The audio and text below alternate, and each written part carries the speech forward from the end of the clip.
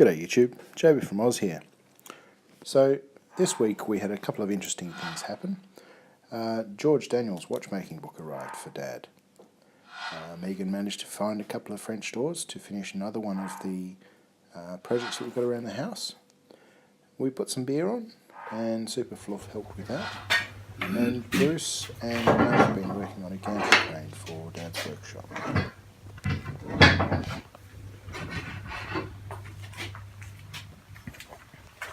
How's that? Oh, it's a bit dark.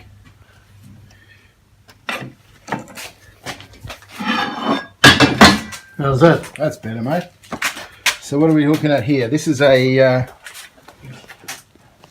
rotating end bracket for a shop hoist. This is the foot bracket, which Bruce is doing a bang up job on here. Essentially it's to do this kind of stuff, bit of an overhead gantry crane. Similar in style and shape to this, where you've got a solid beam, 2,500 rotary bearings top and bottom, 255, and then an arm extending out. and your roof is 2,600. Yeah. So that gives you 50 mil play, because you're not going to be able to stand it into position if it's neat.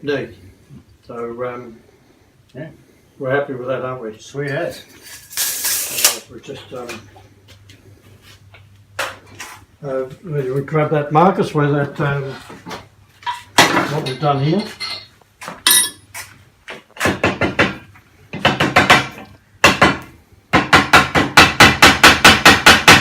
Come out, darling.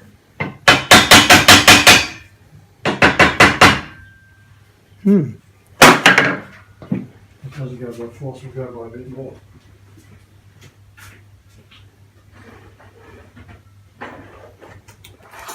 So in the base plate there's a thrust bearing and then a ball race to hold it in position.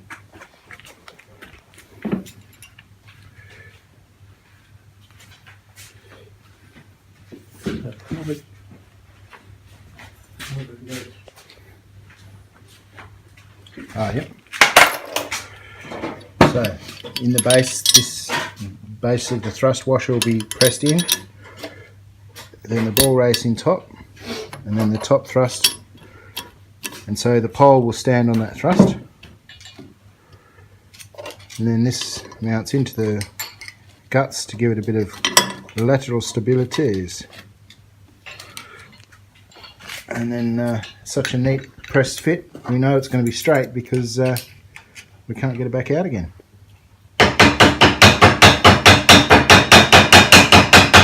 There we go.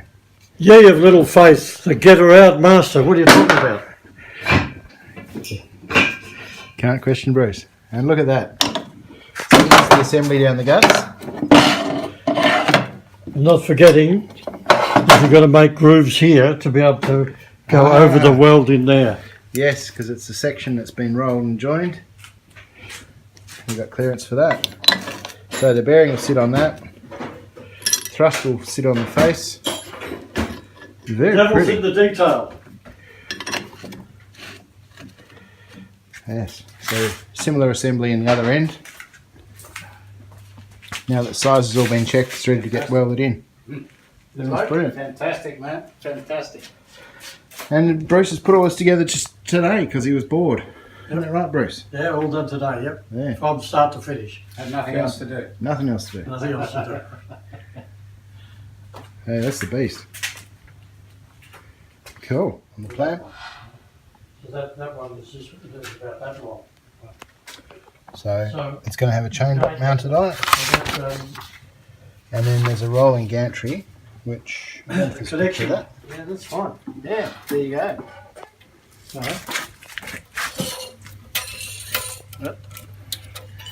What are we seeing, boys?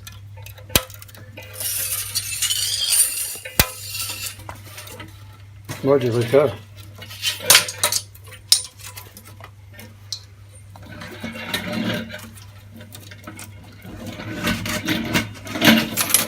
Oh, come on. Where's the bloody crown sheet. And then you can check it out, can you? There you go. How good is that? So then, this is your vernier here. So you'll be on here. There's your zero, so it'll be 320, 321 millimeters. Yeah, that makes sense? So that's the diameter, is it? That's the diameter. Amazing. That, ladies and gentlemen, is a demonstration of pie tape. Pie tape. Made in USA. Pie tape. Measured between 300 and 600 millimeter diameter. You can measure. Circumference to diameter. Converter. Supercomputer. When we've worked on big rotating machines, we've got to check the journal bearings and the journals for wear. We use the pie tapes because there's no other way of being able to measure them, especially in the field today. Sweet.